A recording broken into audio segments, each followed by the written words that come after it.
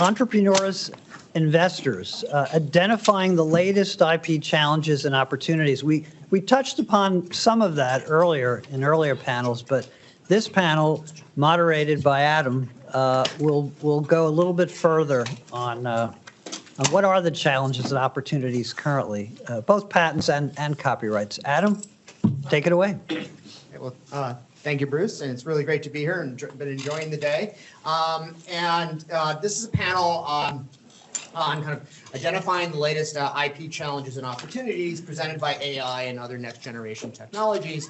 It is kind of an interesting phenomenon, the cycle of innovation, that the people creating the new innovations also face challenges created by the very new innovations that they're creating. So you have all these cool new inventors who are inventing new products and services and new ways to deploy them in the marketplace, and then that creates new challenges and opportunities, and that cycles back and creates issues and concerns for them, and also new opportunities. And so we have a great panel here. I'm just going to quickly identify them and give name, rank, and serial number. You use this really cool thing called the internet if you want to learn more about them, because they all have very distinguished careers with tons of accolades and titles and names and all sorts of things affiliated with them, and understandably so. So we have, starting from the far end and then coming this way, we have James Conley at Northwestern University, and then John Dubiansky here at Dolby, and last but not least, Phil Hartstein at Soryn IP. So thank you guys, and I just want to jump right in, and we're going to make this kind of conversational, and then we'll bring in the audience at various points. I'm not going to wait to the very end. I really appreciate, Bruce, that you gave us 2 or 3 hours to have this conversation. Thank you. So we're just going to kick it off with just a few brief remarks just to kind of start the conversation. And if anyone has a question or it's sparked by something they're saying, just raise your hand so I'll see you, so that I'll know you're there, so then I can bring you into the conversation as well. All right, so so this is the question I'm going to pose to each of you to kind of start the framing and get us going. All right, so you all have extensive work experience and a breadth of knowledge working in the innovation industries and the creative industries in a variety of contexts, from startups to SMEs to large established companies. So I want to kick off our discussion about opportunities and challenges by kind of first having you frame it a little bit. So give us a framing as to the insights that you see as this vital connection between innovation, commercialization, and IP. So we're just going to go down the line here. So start with Phil. All right, Phil Hartstein, nice to meet everybody. If I haven't met you already, I apologize, but you can feel free to ask your neighbor. I'm crazy. I have all kinds of different random things that I'm interested in, but if you ever want to talk something non-IP too, I'm always a fan of that. To be honest, from my professional background, I am not a patent attorney. I actually started my career at an intellectual property law firm, go figure. I have a degree, half business and half engineering. I actually never really thought of myself as an entrepreneur. I just thought of myself as sort of helping entrepreneurs find a way to capture their inventions and to monetize those.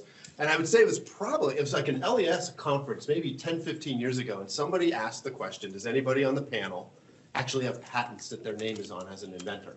And I think that was like the first realization for me that, like, maybe I am an entrepreneur. I've got a couple dozen patents from several different entities. I didn't think I realized how much I played, even at that sort of formative level for a startup company, informing the process and sort of how the market dynamics are going to play and what the features of the products needed to have, and carrying that forward and understanding that my role has historically been managing the IP or developing the portfolio or monetizing that portfolio, now on the investment side, backing innovators and companies. But having someone in an organization that just understands IP gives the potential of that organization to rationalize some of these very complex decisions. And let me just give you some of the ones that I was, 20 years old, I'd moved to the Bay Area, and I was working at a business with a guy who invented, he's since passed away, but the pulse oximeter, right? We're going to use red, right, visible spectrum light to measure the oxygenation in your blood, and we're just going to put that device with a spring on your finger. Now, he had this thing where that got sold to Nellcor, that got sold to Puritan Bennett, that got sold to whatever, and he never got any royalties off of that. So when he started this medical device company, it was, I'm going to do this right from the IP perspective. But he didn't have the background in it. right? And so even the best laid plans, he would still toil with the decisions of, I have to hire an engineer to help develop this technology, or I can file for this patent application that may have some uncertain value in the future. And so when I arrived on the scene, it was a really sort of fascinating time because the company was raising capital, and I had an opportunity to engage directly with the investors and articulate that this, what the business was doing, was very much a research project. It was so far away from development and commercialization. In fact, it took them almost 15 years to get anything that actually even moved into a hospital room. But my job was to take all the things that they were doing, thinking about, toiling with. We just had a conversation about chemical vapor deposition diamond windows, which I haven't thought about in 20 years, but we were exceeding what NASA was doing on a sensitivity level, like the ability to like sense and collimate and mix signals. These guys were just walking by all that stuff every day. Never crossed their minds that like we were actually advancing the state of the art in so many different fields, trying to bring a medical device product. And so like, as my role, I feel really fortunate having had that experience. I think it's informed me all the way through running a public company where licensing was its core component of value. And again, we were just having this conversation. It's with that background about what it is to be an entrepreneur and a technology developer, knowing that you have to make these trade-offs, that it's the long game that you need to play. It makes me a far better investor today. And frankly, I think just that broadened perspective is something that in my professional career, if I have the opportunity to transfer that, please email, call me. Michael likes to go on walks. I'm happy to go on a walk. Like, just ask me these things because it's that transference of that experience that I think makes a lot of difference. Great. Well, hi. Is this on? Is it the first? I think so, yeah. Screen, press it on the screen. There you go. Perfect. Got it. Great. Thank you. So hi, John Dubiansky. I'm with Dolby Laboratories. Unlike Phil, I was a patent attorney and I was not an entrepreneur. But fortunately, I've put quite a few years between my patent litigation experience and being here today. And I was really excited actually to leave that world and do a stint in the government where I had an opportunity to work at the competition agency in the US doing a real deep dive on some market studies of sort of the secondary market for IP and patent licensing and how that was playing out in the market. And then I had a great opportunity to come here to Dolby, which was very, very exciting to me because of the fact that Dolby is a company that has made a long history of contributions to technology, to industry, but has done so by relying upon intellectual property and a variety of ways to bring it from the mind of the inventor into the marketplace. You know, I hope many of you had the opportunity to see, experience the theater here this afternoon. I had the opportunity to see it on my callback interview, and I was sold. And I think it's really a great story about entrepreneurship in particular and innovation to understand how we got here today, 60 years after our founding. Because Dolby is an American company that was actually founded by an entrepreneur, by an inventor, Ray Dolby, who had patented his inventions for noise reduction technology for cassette tapes, which some of you in the room might remember what a cassette tape is. It's a great story in particular because he is the quintessential inventor who started a company around his patented idea. Early on, found a market for applying his idea to remove the high-frequency hissing noise in magnetic tape, and of course, started building equipment for use in recording studios. And then early in the history of the company, the applications for which he was working had a very large market opportunity in the consumer market. And this posed a very interesting question, which I think many entrepreneurs to this day have to field, which is how do you scale to get your technology into those markets and into the hands of consumers? And Mr. Dolby took, I think, a very informed choice to rely upon intellectual property, to rely upon licensing that IP, and using that IP as a vehicle for partnering with manufacturers. Over the years, I think this has not only benefited the company as we've grown, but it's also created an environment that has allowed us to contribute broadly to society. One of the unique aspects of the company is that by focusing, in particular by licensing into the consumer market, we've been able to focus on inventing, to continuously invent and continuously improve the technologies that we're working on. And we've been able to do so as the marketplace has shifted. And there's this term from the management of innovation about recombinant innovation, taking ideas that are applied in one sector, reapplying them to others, taking skills and expertise that are applied for solving one set of problems and reapplying them elsewhere where they're often best used and needed. And in our case, of course, if we stayed in the business of improving the quality of analog magnetic tapes, we probably wouldn't be here today. The world has shifted phenomenally since that time, from analog to digital, and then even in the digital world, from broadcast TV to DVDs to this internet streaming world that we're in today.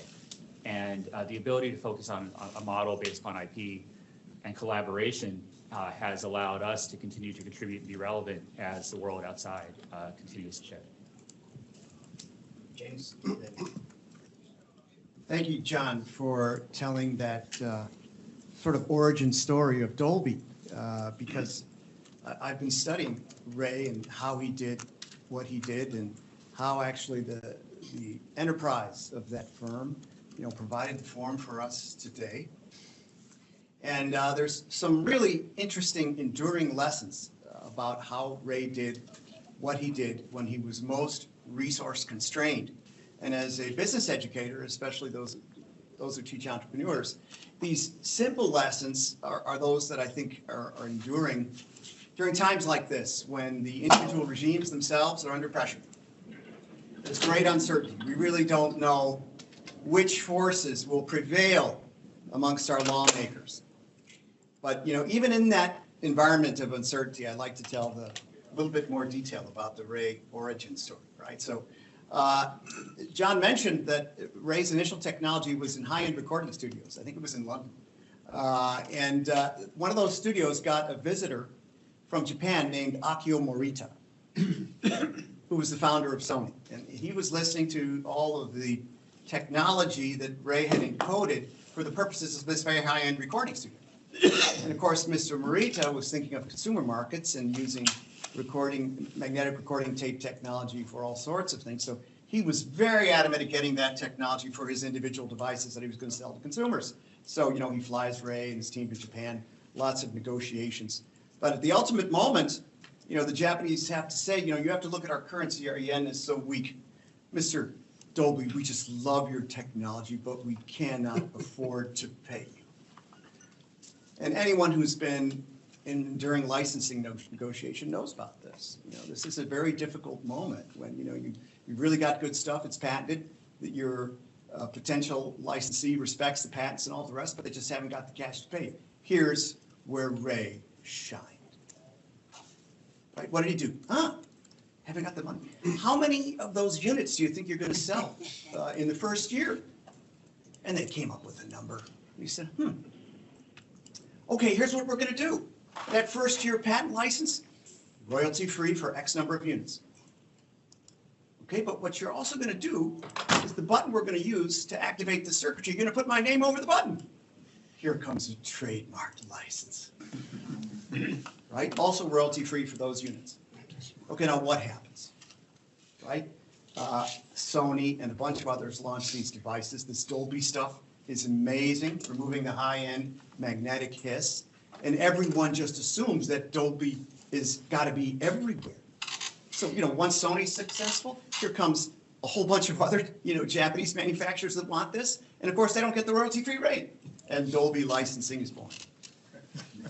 There's a moment there, right, where we have to teach all of our students.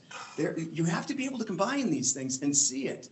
This is why we have an IP Awareness Summit, right, to raise our level of this. I could go on with case studies about this forever. And I have another one about Slumberkins, which is a great case, but I'm sure Adam wants to move on. That's incredible. That's an incredible story. And by the way, I mean, all three of these stories, you guys are all telling stories. So it's very nice. Like they are implementing your message, right? So of telling the stories and making something very real. And you know, the focus on value creation and finding what I sometimes call the win-win, right? You know, is what can you do given your limitations you have, and what can I do to adapt to that? So, and in this sense, like, what do you guys see as entrepreneurs or innovators who are building or growing companies today? You know, either continuing at Dolby or somewhere else. You know, what do they fail to grasp about the impact of next generation technologies like AI on their work today? Yes. Sure. Well, I think the first thing that I think both innovators and really everyone in the ecosystem really needs, always fails to understand about new technologies is how they can disrupt existing markets in very unforeseen ways, and how that can lead to follow-on effects in the policy space or far more broadly as well. You know, again, in the policy space, when I was at the FTC, we spent a lot of time studying how new technologies would create completely unforeseen tensions with existing regulatory structures. Like Uber, for example, I think violated the taxi laws in every city around the world and created a lot of tension there, but also created a lot of consumer value. You know, I spent a lot of time in the standard space, and I think if you look at sort of the black swan events out there, that they can really fundamentally alter a marketplace. And in the standards world, of course, there's been a long history in the wireless space of manufacturers of equipment and user equipment working together in standards bodies. You had companies like Sony Ericsson, Nokia made handsets, Alcatel made handsets, Motorola made handsets. And then all of a sudden, out of nowhere, these guys from California had this great idea to make a phone that had no buttons on it. And it completely disrupted the relationships of everybody in the room. And if you had a model that played into the old industry, you know, a lot of the assumptions of who we're going to work with could go right out the window. I think now we're 20 years later, and we're still seeing how just the rules of the organizations that these companies are participating in are struggling to adapt to new dynamics. I have like a practical take on that too, which is everybody's been through this. If you've been here long enough, you've heard things like VoIP, right? Or MEMS, or, you know, and I even laugh. I think AI is probably a more credible discussion around what machine learning is, but younger generations of innovators and entrepreneurs lack the historical, listen to me, right? I'm up here telling you about history, right? But they lack the historical perspective of what the incremental innovations required to be able to produce these higher value technologies now.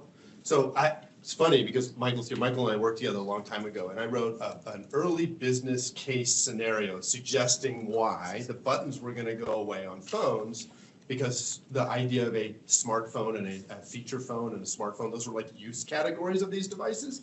Like, well, at some point, someone's going to want a bigger screen and going to want to do more, right? And that was like the premise of my use case. But to your point, Apple hadn't been developing capacitive touch sensing. Right. So, you know, there's only a couple of people here, and they were in the Silicon Valley, and there's a couple other places where you have to go and get that.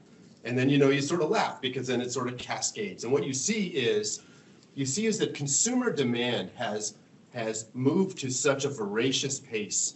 Like, I think Nokia used to put out 2 or 3 models of phones a year, and that was like to try and continue to meet that consumer demand. But that demand from consumers requires technology and innovation and something that's more over the top. And that's forcing these larger, more storied companies to use, borrow, whatever you want to call it, technologies from other places, right? So I always think about licensing as a tax for those that don't have the time to do the innovation themselves.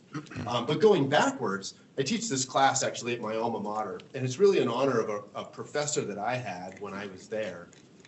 So I was there in the 90s.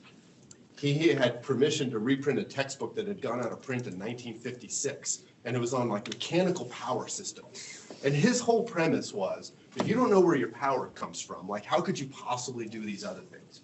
So then, you know, obviously I grew up, I get a job, I have a youngster, And my kid thinks music comes out of a tiny little device that you plug into the wall, right? And it takes so much to educate him just on how and what it takes to get there, that I find tremendous value in always looking backwards. And I think that's one of the biggest pitfalls for entrepreneurs is they don't understand the decades sometimes long of research and development on these incremental improvements that actually get combined into these new feature-rich applications or devices. And so I think it's sort of like on us at an education level to make sure that they have access to that, right? But you know, practically speaking, a lot of the things that we see today in the devices that we use and love and have in our hands originated elsewhere and in smaller form factors or less feature-rich implementations originally.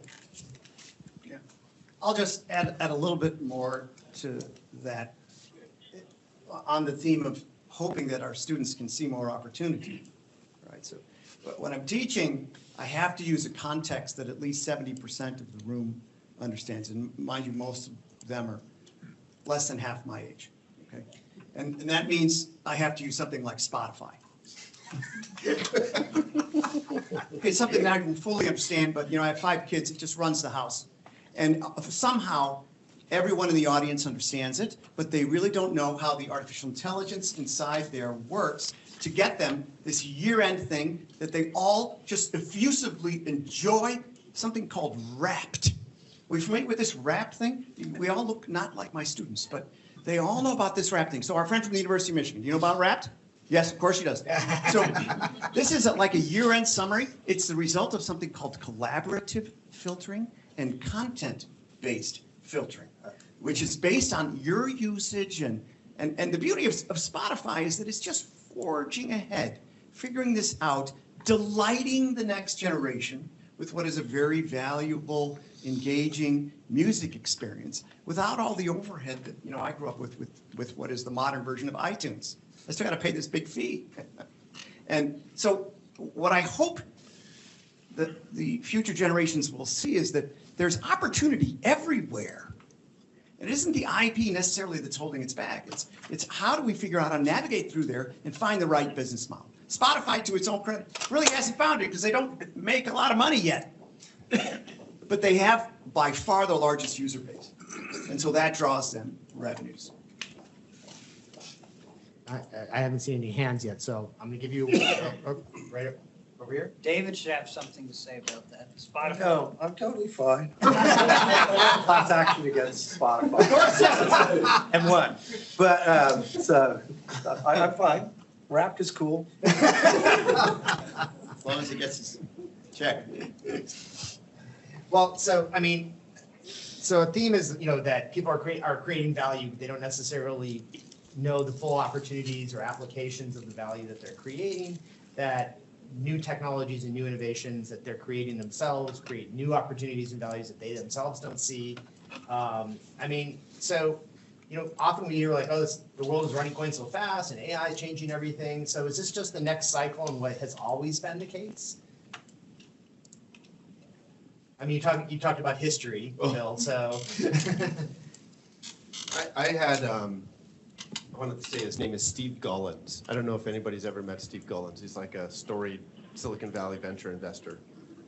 And Steve tells the story, I think it's his story, but he tells the story about putting an investment and backing a seafaring voyage, you know, into the middle of oceans where no one, not even like commercial traffic goes, with probes that can go to depths that have never been, and to take samples.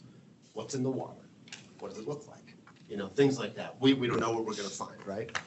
And it sounds like this is a completely nonsensical lead into what I'm going to explain, but as he gets into the story, he explains that some of the greatest innovation shifts come from when we find a new common language from which we can all communicate around.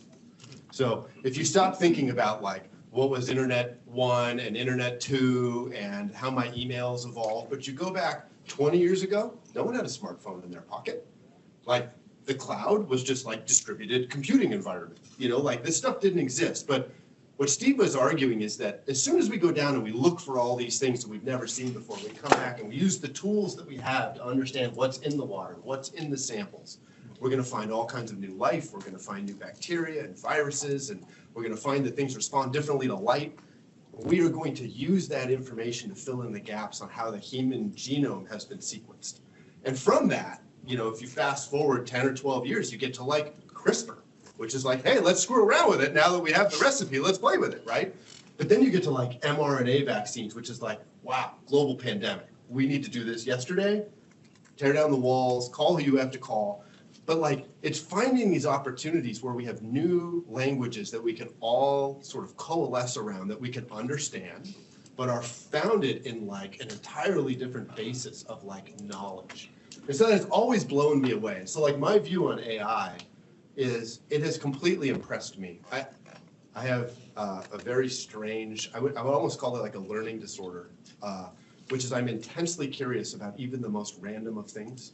So if you were to look at like my ChatGPT log, the conversations that I have with it, it is now providing me access to information in summary format at whatever level of depth that I desire at a moment's notice at zero cost, which enables me to satisfy my curiosity, to move faster through my daily tasks.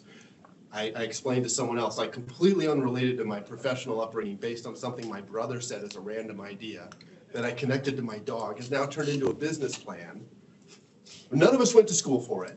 We have no boots on the ground. We haven't read any books, right? We have never commercially farmed anything. And yet when we show this business plan to people, we've gotten funding. We've gotten people who want land entitlements, who want to see it grow at scale. And we did all of that in less than 100 hours of access to a tool that is freely accessible to anybody who wants to use it. I will say, the funniest part about this is there was a competition, I think, that the Library of Congress did like 15 years ago, and it said, it was to school children, in one sentence, tell me about what the internet means to you. And the winning submission was something like, for the first time in human history, we have access to all of the information that's ever been accumulated in humankind, and yet we use it to watch videos of cats. Right? But the point is, now when you have an interface layer where you can interact with that, I firmly believe I have access to knowledge now that I would never have access to. And I think about this as an enabler, as something that advances technology, opens doors and areas of use that we just aren't even thinking about yet. So that's my takeaway from If I could sort of build on that, take it in a somewhat different direction, I think I agree entirely with your observation that this is going to open up so many new and unforeseen doors in new applications.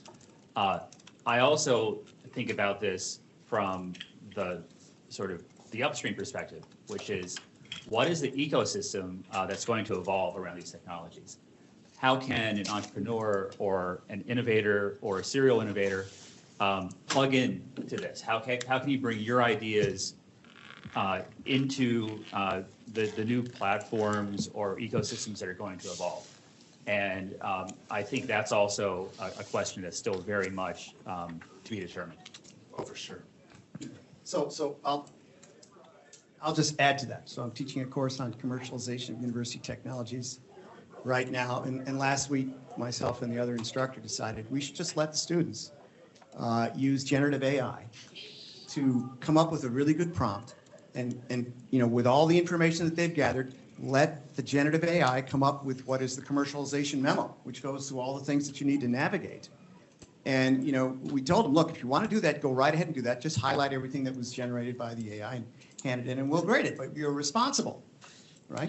And I have to tell you, the generative AI creates some incredibly good memos. Well organized, well thought through. They definitely have hallucinations at moments, especially about obscure data that really isn't well researched. So you got to be aware of that. But that's about 60% of the work. And as long as you're willing to kick the tires and really make sure that everything in there is sane, you can bet on it. And I think that's what I'm hearing from you, Phil. Yeah, and it's interesting that you say that, because to me, the value is in doing the research.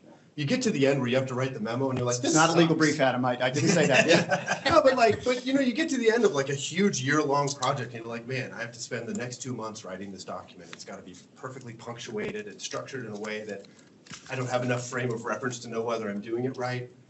And I agree with you, like the test is going to be, did they do the research to gather the knowledge themselves to be able to say that this is an accurate reflection of what I would have written if it was myself? But yeah, it's amazing. You can prompt it to tell you at what level you would like that analysis to be delivered as well.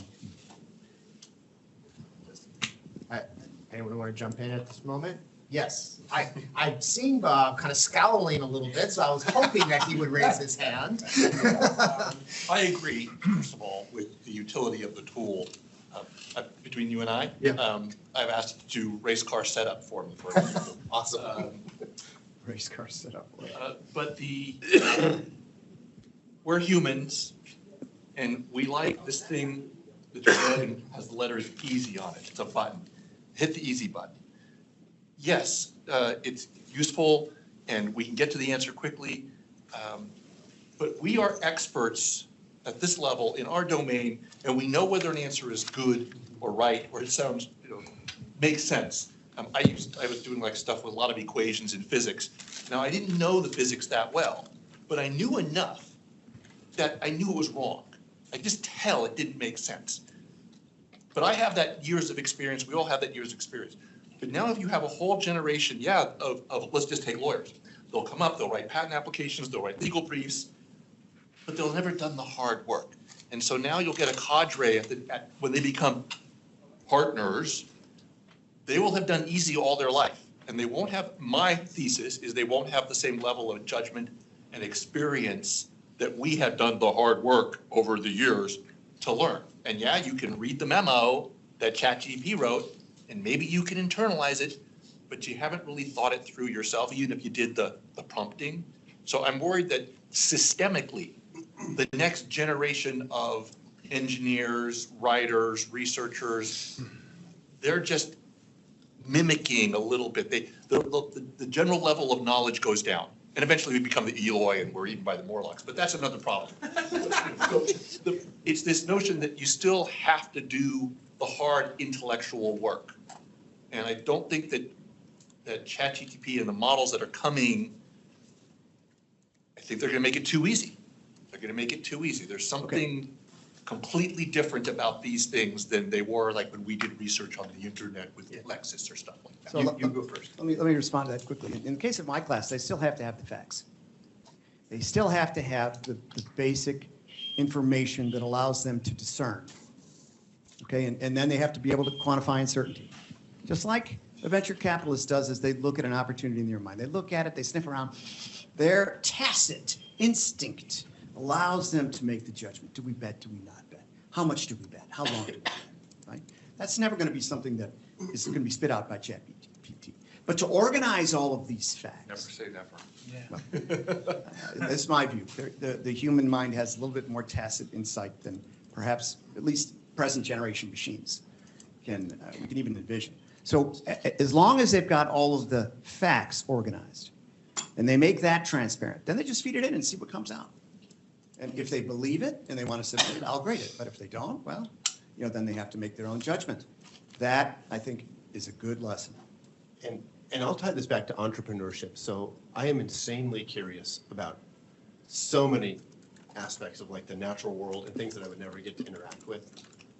I don't use it because I'm trying to shortcut a process. I'm using it in ways that I would never have access or the time to digest 20 or so. My first question to ChatGPT, I got into a debate, which is about the history of beavers and the origination of beavers being associated with building dams. Okay, sounds completely ridiculous, right? But who's going to go to the library and order every beaver book and have them pull it out of storage and read it? And it turns out that the answer is fascinating, but I never would have gotten to the answer, which is 30,000 years ago, something like that, when humans were walking upright, there was the realization that beavers were doing this thing, much like humans had learned to like herd cattle and like grow and plant farms. Beavers had learned that if they built dams, they could create an ecosystem to live in. And it turns out that beavers and humans were doing this side by side, which is the first recorded history of beavers doing. Doesn't mean they weren't doing it originally. Doesn't mean that I'm going to be wrong or have made some decision. But I mean, just as an analog for the amount of processing that can be done to bring you current, or at least give you a framework for, I have these next 10 questions, which obviously I went down that path and I won't share them with you, but like, it's amazing. But I think for me, and I think for most entrepreneurial minded people, it is that curiosity that drives you, not the ease at which you got the answer, but that, oh, what about this problem or this use case, right? Or this other scenario, or what happens if? You can still feed all of those what if scenarios in. And so for me, it's like collective editing of having a vast amount of facts in front of me and trying to consolidate for the purposes and for the needs that I have today, all of that information. And it has sped it up dramatically. Phil, how do you know that beaver story is right? Well, I do this funny thing as much as I tried to please and thank you, and I'm asking for a friend. I may have given that example earlier. I tell it not to lie to me, and then I tell it to cite the sources, and I am diligent about going back to look at the sources. And interestingly, I also use the tool to have it evaluate the authorship of the sources for which it presented. And I went down this whole wild ride of where it tried to justify some of the ones that it made up, which is like, oh, they were classmates together. So you can get to the answer of like where it's like, oh, the hallucinations were fantastic, right? And it's probably because it was such an, and this is like ChatGPT 1.0, but like the obscurity of just when it made something and it's like reticence to move off of it. Well, a little startling, but you can still use the tool to get to that. Isn't that the point though? That's, so you've created safeguards based on previous experience and knowledge. Yeah. That you do have that hinterland that maybe The 15-year-old doesn't. Yeah, my 10-year-old does not. Okay, but let's use this beaver. Hold on, one quick, I want to make sure that there are not other people, the beaver We're conversation. going to talk about the beaver code. This is great. We're going to become the Beaver Center for ecosystems. the Center for Understanding Beavers, okay. We're changing I the- apologize. I had no idea this is where it was going to go. Actually, no, beavers are second only to humans in this, to the extent to which how much they actually change their local environment. So He's read this. yeah, so I watched the whole documentary on beavers. I didn't have to watch the documentary. On IMAX. But Joff, you could ask the same question about me watching the documentary or even checking the books at the library. Like, how do I know the facts are real in that book or in that documentary? I mean, so there's always been that question, how do I know what's being presented to me is true or false, right? And we create proxies. And the proxies are always predicated upon prior existing infrastructure, knowledge creation infrastructure, institutions, like peer review and things of this sort, right? And so we're going to, I think, have to create probably new proxies to accommodate this new system of AI. And I think that's exactly what entrepreneurs engage in. Entrepreneurs see the opportunities and then they see the questions and risks, and then they say, that's an opportunity. So I actually see the data organizing itself in logical formats where those data sets, like National Geographic's data set on beavers, is going to be much higher yielding in terms of a factual basis than just, I scraped everything on beavers and I'm giving you whatever I want to give you. I actually think that the data is going to self-organize in millions of categories and subcategories based on, and I actually think that there's going to be a paywall model to get into that, much like enterprises are going to want to use their own internal data sets, without allowing it outside the walls. I do think that you're going to get into this evolution of the data sets. Yeah. And I prompted to watch out for ideological bias, source bias, informant bias. And if I see it, I call it out and say, you're full of shit. And it responds. It does. Really, you can do that? Yeah. wow. and then John, go ahead. Yeah, if I could just add, I feel like this conversation is similar to many conversations in many fields that have been automated over the past decades. As I'm hearing this unfold, I call back to mind, date myself a bit, I studied mechanical engineering. We did it all by hand, and then when we graduated, we were shown this thing called finite element analysis. It did it all for you. And there's this question of how, as a professional in the room, you use these models, and you, in theory, could do it all yourself, but really your job is to make sure that you put in good parameters and that things make sense when they come out. I think we had the same types of questions about, can pilots land a plane if they use autopilot all the time? And I think it's a legitimate question, but it's one that comes up. Granted, here we're talking about a much broader user base with much more fundamental life skills, so it does raise questions. But So I see the question, but I'm also getting the cane that's indicating that we're coming to the end of our session. So in the last few seconds, I'm just going to say, that the Industrial Revolution was said to have kind of eliminated physical effort from humans by replacing our need to engage in manual labor with machine labor. The digital revolution that began in the 20th century eliminated mental effort, right? So we created different type of machine to do intellectual exercises for us. That's why computers were actually named after our job title originally. And so I think what you're hearing here is that AI and next generation technologies, right? They create new opportunities and new ways of doing things by doing those types of things, right? So we've heard from Phil that it's the cure for ADHD.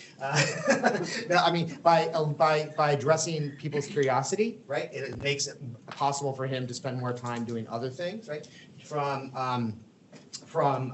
John and James, we've heard about ecosystem creation and opportunities, and I think that that's really key, right? That with each of these new revolutions, it opens up opportunities, it opens up questions and concerns, but the entrepreneurs see the opportunities, and then the entrepreneurs use those opportunities. The way that John Dolby took what others might have seen as the end of the negotiation. I don't have money. To say, okay, well, this is not the end, this is an opportunity. And I think that's what AI now presents to people like our panelists and to the many people in this room. So thank you. Thank you.